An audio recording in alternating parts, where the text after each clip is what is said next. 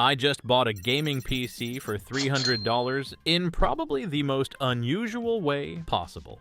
I'm not going to buy it from the nearest computer stores or the usual online marketplaces. Instead, I'm choosing a country on the other side of the world, China.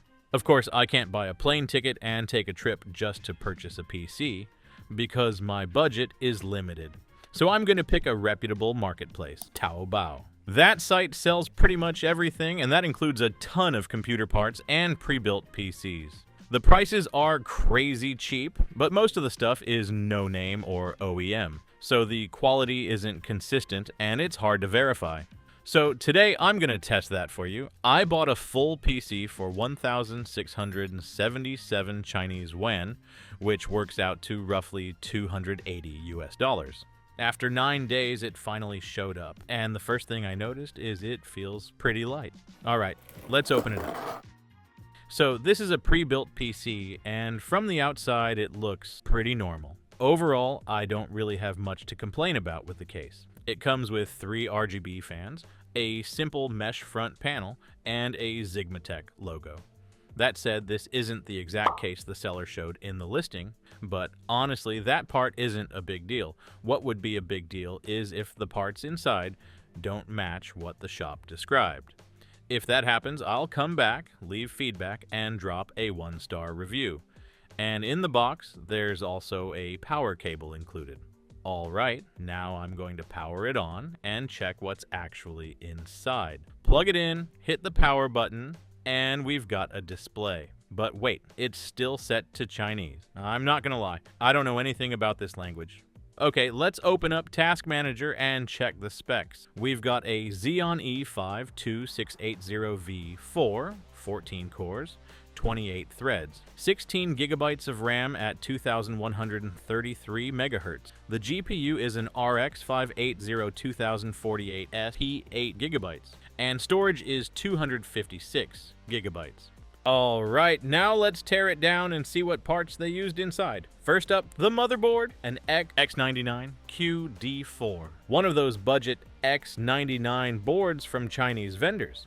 The X99 platform has a lot of different boards out there, including higher-end models from brands like Asus and Gigabyte, plus a bunch of OEM-style variants. Depending on the model, you'll see different memory setups, but the QD4 I've got here is DDR4 only. So the layout is a lot more minimal. And that's the trade-off with boards like this. They're simplified to keep costs down, so compared to big-name boards, the overall fit and finish, and especially long-term reliability, is a bit more of a question mark. Next up is Xeon E5-2680Vi4. This is an older chip, but this one looks surprisingly clean with no obvious scratches. It's a 2016 CPU that was designed for heavy workloads, normally the kind of thing you'd see in servers and higher-end workstations. You're getting 14 cores and 28 threads with a max boost up to 3.3 gigahertz. And even today, people still like these because the price to performance can be really solid. It handles multi-threaded stuff well, rendering and general workloads, and for gaming, it can do the job, especially paired with the right GPU. Just don't expect modern single-core performance. When it comes to the RAM, this system is running a single 16GB DDR4 stick, which is exactly what the listing advertised, and it's using Samsung memory chips. Looking a little closer, I'm guessing this is pulled OEM RAM. There's an HP logo on the label, and it looks like it's been cleaned up really well. That said, from a performance standpoint, it would be better if it came with 2 8GB sticks in dual channel. With one 16GB stick like this, you're basically limited on bandwidth, because it's running single channel.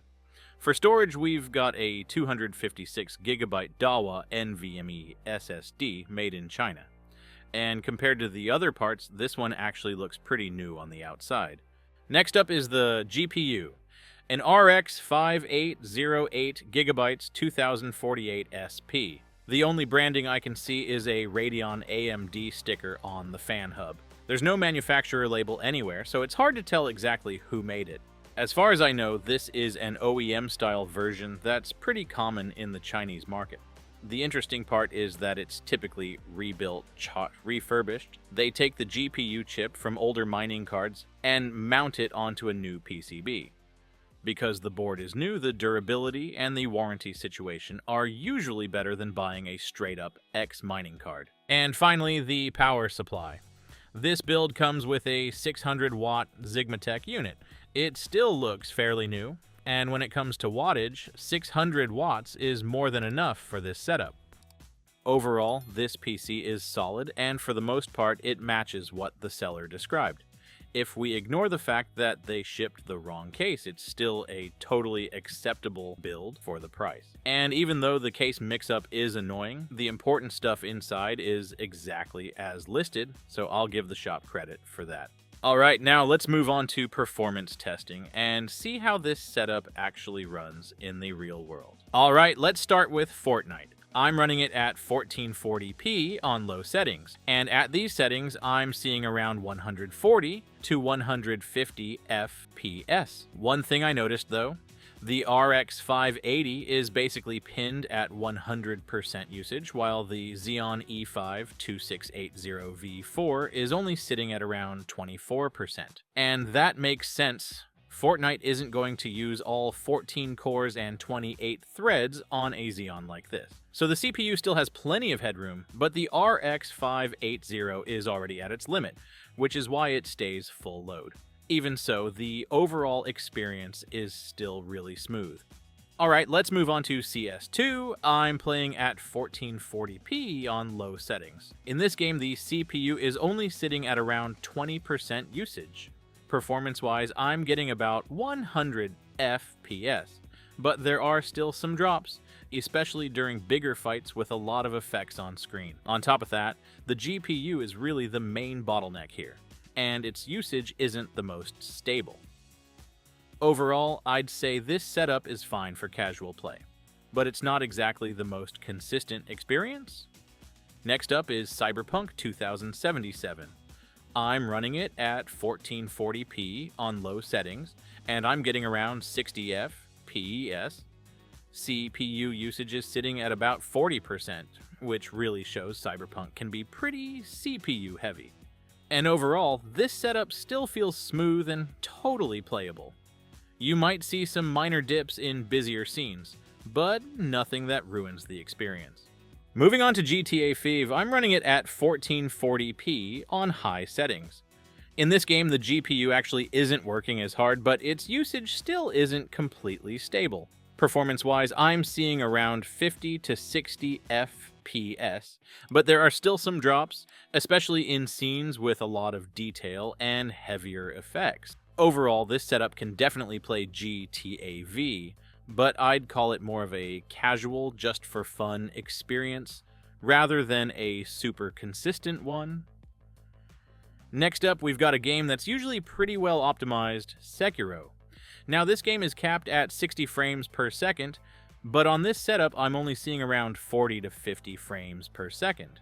To hold that frame rate, the RX 580 is basically at full load the entire time.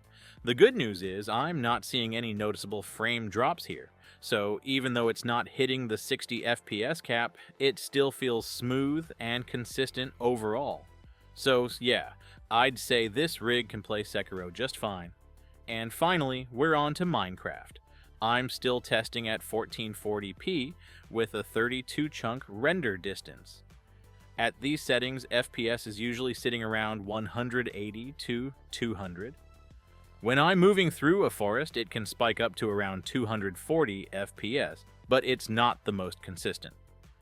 If I set off TNT, the frame rate drops hard, down to about 55 frames per second, but it bounces back up to the original frames per second pretty quickly.